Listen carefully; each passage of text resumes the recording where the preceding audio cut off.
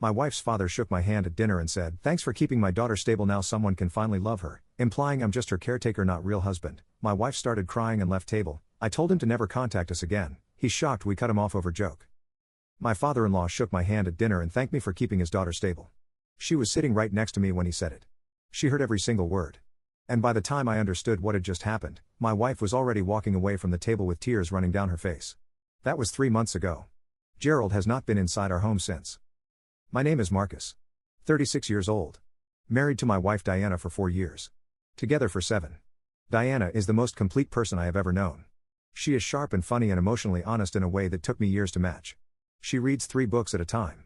She remembers the name of every person she has ever met. She cries at commercials and then laughs at herself for crying. She is, without question, the best decision I have ever made. Her father Gerald is 63. Retired. Comfortable. The kind of man who believes he is kind because he has never raised his voice. Who believes he is supportive because he has never said anything directly cruel. He does not need to say things directly. He has spent 30 years making Diana feel like a problem he was relieved to hand off. I did not fully understand that until the dinner. We had been to Gerald's house for dinner many times. Diana always got quieter on the drive over. Not sad exactly. Just smaller. Like she was already preparing herself for something. I noticed it. Asked about it once early in our relationship. "He just has a way of making me feel like I am being evaluated," she said. "Like I am performing okayness and he is deciding whether I am passing." I filed that away. Watched for it. Saw it in the way Gerald asked questions that felt like assessments. "How is work going? Are you sleeping well? You seem tired." Said with concern but landing like inspection. Diana would answer carefully. Smile at the right moments. Drive home and exhale like she had been holding her breath for 3 hours. I should have said something sooner. I know that now. The dinner started normally. Gerald cooked. Poured drinks. Made conversation about the neighborhood and a trip he was considering and a documentary he had watched recently. Diana was doing her thing. Present and warm and careful. I was watching her the way I always watched her at Gerald's. Making sure she was okay. Dessert came. Gerald set down his fork. Looked at me with an expression I can only describe as solemn appreciation. He reached across the table. I shook his hand. Confused but willing. "Marcus. I want to say something I should have said a long time ago." "Okay." Diana has always been our challenge. You know that. She feels things so intensely. She has always been difficult to manage. Emotional. Her mother and I spent years worrying whether she would find someone patient enough to build a life with her. Next to me Diana went completely still. But you came along. And whatever you have done, however you have managed it, she is stable now. She is functioning. And someone finally loves her. He squeezed my hand once. Firm. Grateful. "I just want you to know I appreciate you for taking that on." The table went silent. I watched my wife's face while her father's words settled over her. Watched the tears build at the corners of her eyes. Watched her jaw tighten. Watched her try to hold herself together in the home she grew up in while her father explained to her husband that loving her was a burden worth acknowledging. Her chair scraped back. She stood without saying anything and walked out of the dining room. I heard the hallway. The bathroom door. The quiet click of the lock. Gerald looked after her. Then back at me. Slightly confused. "Is she all right?" I looked at him for a long moment. "No," I said. "She is not." I want to describe what happened inside me in that moment. Because it was not just anger. It was something colder and more clarifying than anger. I have known for years that Gerald carries a specific picture of Diana in his mind.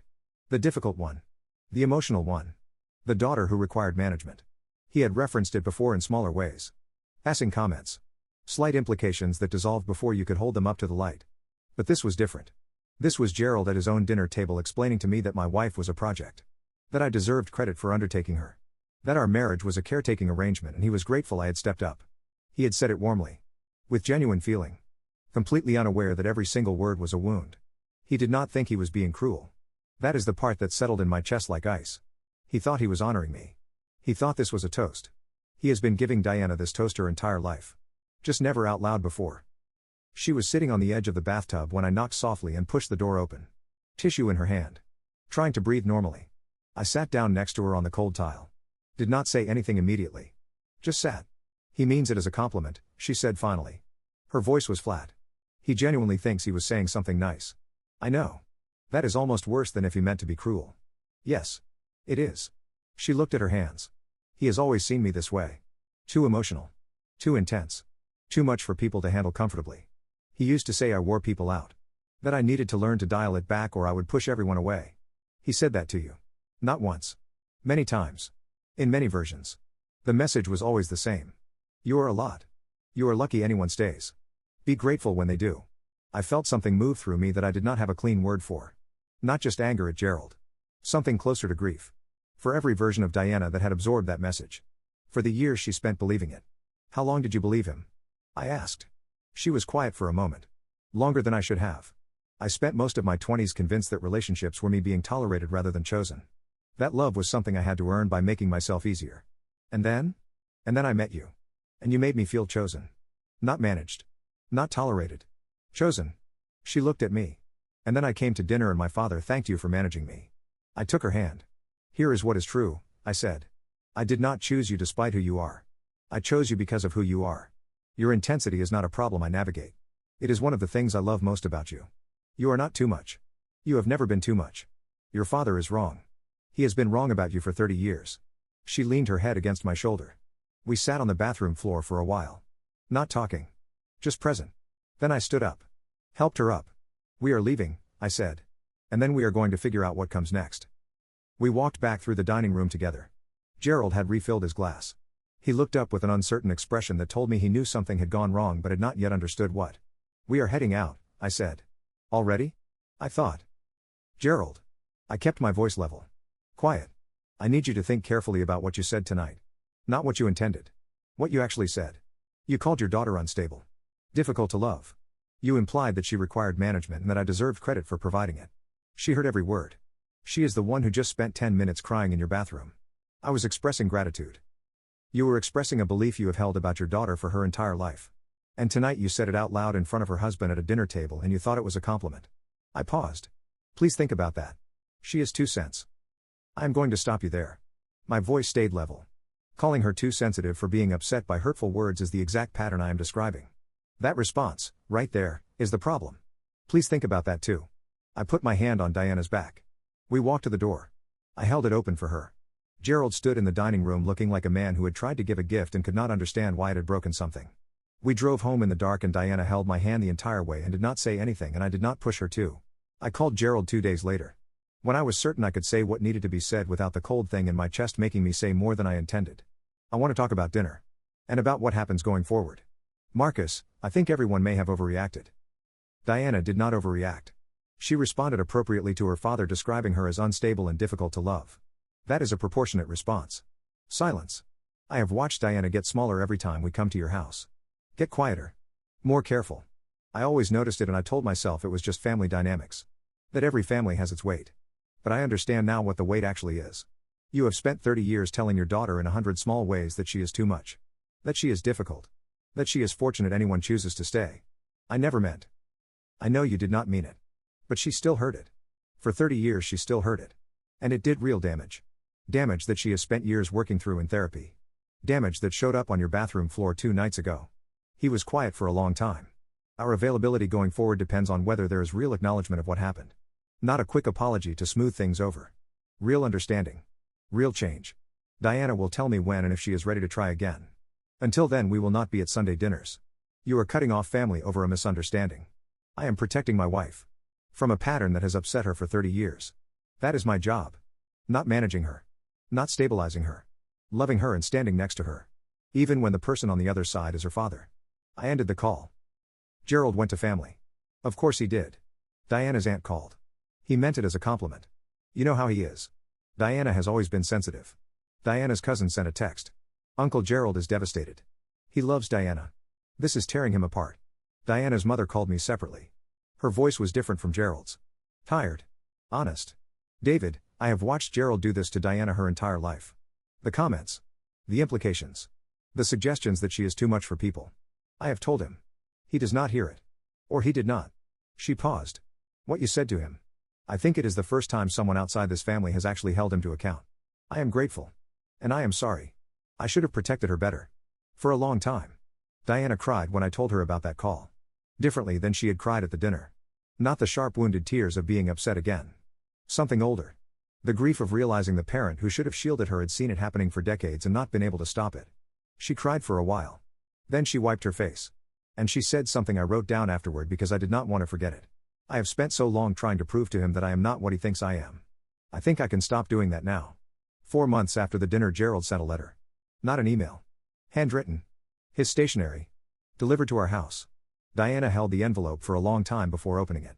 Turned it over in her hands. I sat across from her at the kitchen table and waited. She opened it. Read it. Then passed it to me without saying anything. Diana and Marcus. I have had 4 months to think. About dinner. About what I said. About what Marcus told me on the phone.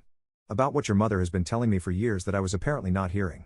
I started seeing a therapist 6 weeks ago. For the first time in my life. At 63 years old. Because I needed to understand how a father who loves his daughter could spend 30 years making her feel like she was hard to love. What I have learned is not comfortable. I carried fear about Diana from the time she was very small. She felt everything so intensely. I was scared for her. Scared the world would damage her. And somewhere that fear became control. Became criticism. Became the message that she needed to be different to be safe. That was wrong. My fear was never Diana's responsibility to carry. My worry was never hers to absorb. And my love, which was always real, got so tangled up in anxiety that it came out as judgment. Diana. You are not too much. You never were. The intensity I spent decades worrying about is the same intensity that makes you brilliant and loving and extraordinary. I was wrong to treat it as a problem. I was wrong about you. For a very long time. Marcus. I owe you an apology as well. Not for loving my daughter. For implying that loving her required something exceptional from you. It does not. She is not difficult. She is not a burden. She is a person who deserves love given freely. Not love given as a service. I would like to try again. Slowly. On your terms entirely. If you are willing. If not, I understand. I have earned that distance. With genuine remorse. Gerald. I put the letter down. Looked at Diana. She was looking at the window. Thinking. Good letter, she said finally. Yes. 63 is late to start therapy. Not too late though. No. She was quiet for a moment. Not too late. She picked the letter back up. Read it again. I watched her face while she read it. Watched her process it. Watched something in her shift slightly. Not open fully. Just shift. What do you want to do? I asked. I want to think about what I actually want. Not what I think I should want. Not what a forgiving person would do. What I actually want. Take as long as you need. She thought about it for 3 weeks. I did not push. Did not offer opinions. This was hers to decide. I had already done my part. The rest belonged to her. 3 weeks later she came to me in the kitchen while I was making dinner. I want to try, she said. Very slowly. Coffee. Neutral location. Time limited. I set the agenda. And the first time he says something that makes me feel the way I felt at that dinner table, we stop. Permanently. No second chances after that. Whatever you need. I need you there. Every time. For a while. Always. She nodded once. Like something had been decided. Then she sat at the kitchen table and watched me cook and we talked about something else entirely and I thought about how far she had come from the woman who got smaller on every drive to her father's house. I want to talk about what this experience taught me. Because I went into that dinner thinking I understood Diana's family dynamics. Thinking I had a handle on Gerald. Thinking the discomfort of those dinners was just the ordinary friction of complicated family relationships. I was wrong. What I did not understand was how thoroughly a person can be shaped by being told they are too much. How deep that message goes. How many years of careful rebuilding it takes to counter 18 years of being told you are a problem. Diana had done that rebuilding largely on her own. Through therapy. Through distance. Through choosing, carefully, people who made her feel chosen rather than managed. I was one of those choices. I understood that. What I had not fully understood was how much it cost her every time she walked into Gerald's house and became small again. How much energy she spent managing his perception of her. How many years she had been performing okayness for a man who had decided she was not quite okay. The dinner broke something open. But it also closed something. Some loop that had been running in her for decades. Her father said the quiet part out loud and she heard it clearly and the hearing of it somehow made it smaller. Less powerful. Less able to reach the parts of her it had been reaching since she was a child. She told me that once. Late at night. Not as a big declaration. Just quietly. Hearing him say it at the table was horrible. But it was also the first time I could point at it and say that. That thing. That is the thing I have been carrying. And now everyone can see it. And somehow that makes it less heavy. I thought about that for a long time. The first coffee with Gerald was at a neutral place. A bakery neither of us had history with. Diana chose it. Diana set the time. An hour. No more. Gerald arrived first. Stood when we walked in. He looked older than I remembered. Something in him had shifted too. The confidence he usually carried, that particular certainty of a man who believed his instincts were sound, was quieter. He hugged Diana carefully. Like he was aware of his own hands. Like he was newly conscious of the space he took up. We sat. Ordered. Made careful conversation. At one point Gerald looked at Diana and started a sentence the old way. You have always been so, and then he stopped himself. Visibly. Took a breath. Start it again. I am proud of you. That is what I am trying to say. I am proud of who you are. Diana looked at him for a moment. Then nodded once. Small. Real. It was not fixed. One coffee does not fix 30 years. Gerald has more work to do than a few months of therapy can cover. Diana has more healing to do than one honest letter can reach. But something was different. Something had been named and the naming of it had changed the shape of the room. We left after an hour. Diana had said she would. She held to it. In the car she was quiet for a while. Then she said. That was okay. Yeah, I said. It was. I did not get smaller. I looked at her. The whole time, she said. I did not get smaller once. We are 4 months into carefully rebuilding. Monthly coffee. Diana sets the agenda every time. Gerald shows up. Does the work. Makes mistakes sometimes and catches himself. Tries again. It is slow. It is imperfect. It is nothing like the Sunday dinners we used to attend where Diana would exhale the whole drive home. But it is honest. For the first time I can remember, it is honest. Last month the three of us were sitting at a coffee shop and Gerald said something that stopped me. He was talking about Diana's work. A project she had been leading. And he said with no qualification and no undercurrent. You are really good at what you do. I do not think I have ever told you that properly. Diana looked at her coffee cup. Thank you, she said quietly. Gerald nodded. Looked out the window. Looked back. I should have said it a long time ago. Yes, Diana said. You should have. She said it without cruelty. Without performance. Just honest. Just true. And Gerald took it. Did not defend himself. Did not explain. Just took the truth and sat with it. That felt like something. I am not sure what yet. But something. Here is what I know now that I did not know before that dinner. Protecting your partner is not always loud. It is not always a confrontation or a boundary drawn in a dramatic moment. Sometimes it is noticing when they get smaller. Sometimes it is asking the question they have stopped expecting anyone to ask.